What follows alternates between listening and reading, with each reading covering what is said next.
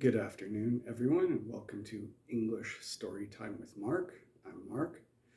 Today, the story that we are going to be reading is A Hunger Artist, which was written by Franz Kafka and first published in 1922. So let's see how this goes. A long time ago, there was a unique form of entertainment that fascinated people. It was called fasting, and the person who performed it was known as a hunger artist. His art was simple but extraordinary. He starved himself for days, weeks, or even months, all while sitting in a small cage. Crowds would gather to watch him, amazed at his ability to survive without food. For some, it was a thrilling experience, and for others, it was confusing or even strange. The hunger artist's cage was always on display in public places like town squares or fairs. Inside the cage, there was only a small bed, a clock, and a few items he needed to live. The clock showed the passing of time, marking how long he had been fasting. People often gathered in front of his cage, pointing, whispering, and trying to understand why someone would choose to live this way. The hunger artist had strict rules for his performances. He wasn't allowed to eat or drink anything besides water. To make sure he followed the rules, volunteers from the audience would take turns watching him. Day and night, they kept their eyes on the cage, ready to report if he broke his fast. But the hunger artist never needed these watchers.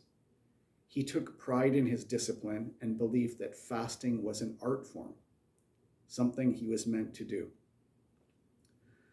Despite his incredible dedication, the hunger artist often felt misunderstood. People assumed he fasted because he wanted attention or because he wanted to break records. They cheered and admired him for what they saw as his strength and endurance. But for the hunger artist, fasting wasn't about fame or recognition. It was about purity and commitment to his craft. The hunger artist's manager handled the business side of things. He organized the events, set the rules, and decided how long each performance would last. He believed that 40 days was the maximum time for a fast. After that, the audience would lose interest, and the performances would no longer make money. The manager insisted on ending the fasts with a big celebration. On the 40th day, the hunger artist was taken out of his cage and offered food. Crowds would cheer and applaud as he reluctantly accepted a bite, even though he hated these moments.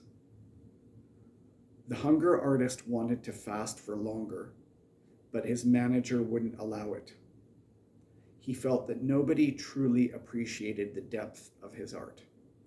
He wanted people to see his fasting not as a physical challenge, but as a spiritual and artistic achievement. Yet no matter how hard he tried to explain himself, people didn't understand. They came to watch out of curiosity or for entertainment, but they didn't feel the passion or purpose behind his work.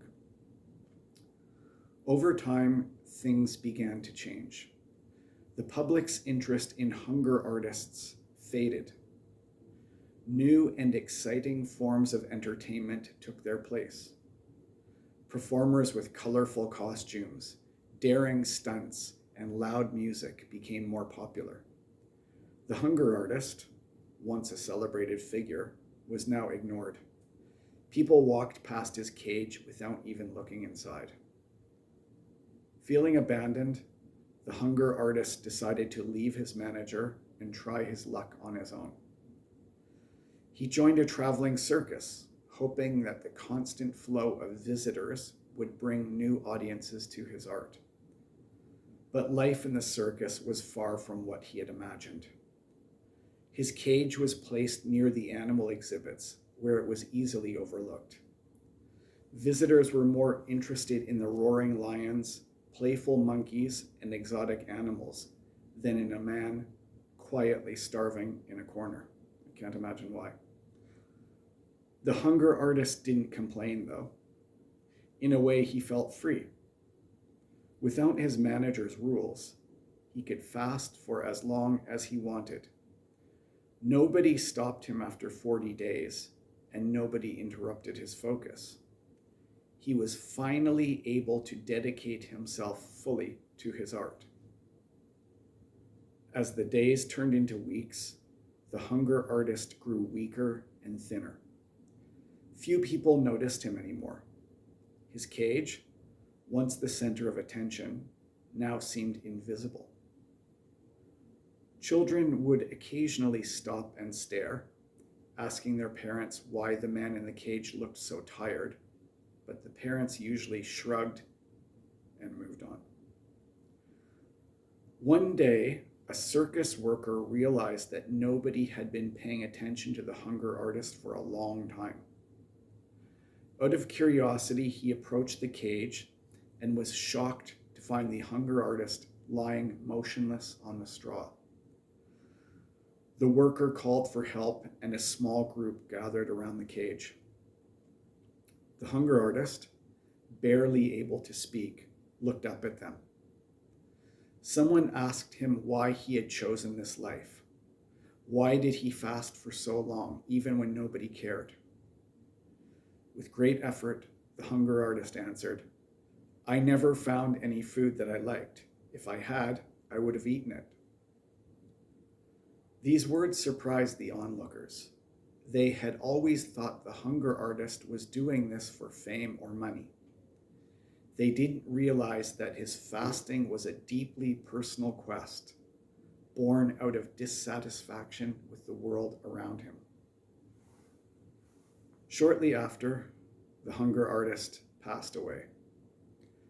The circus workers removed his cage and buried him in a simple grave.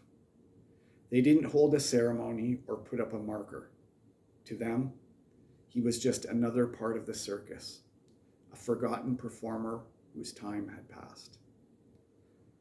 The cage was soon replaced by a new attraction, a young, energetic panther. The panther was everything the hunger artist was not. It was full of life, power, and energy. People crowded around the cage to watch the panther pace back and forth. They admired its beauty, strength, and wild spirit. The panther's cage became the most popular exhibit at the circus. As the crowds marveled at the panther, the memory of the hunger artist faded away. Nobody remembered his name or his performances.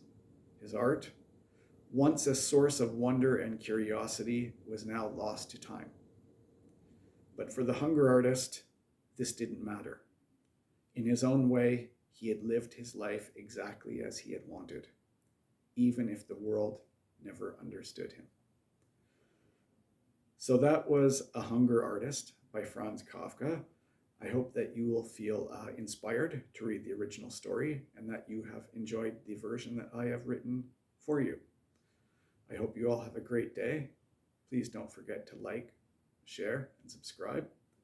And I will see you next time for the next episode of English Storytime with Mark. Bye for now.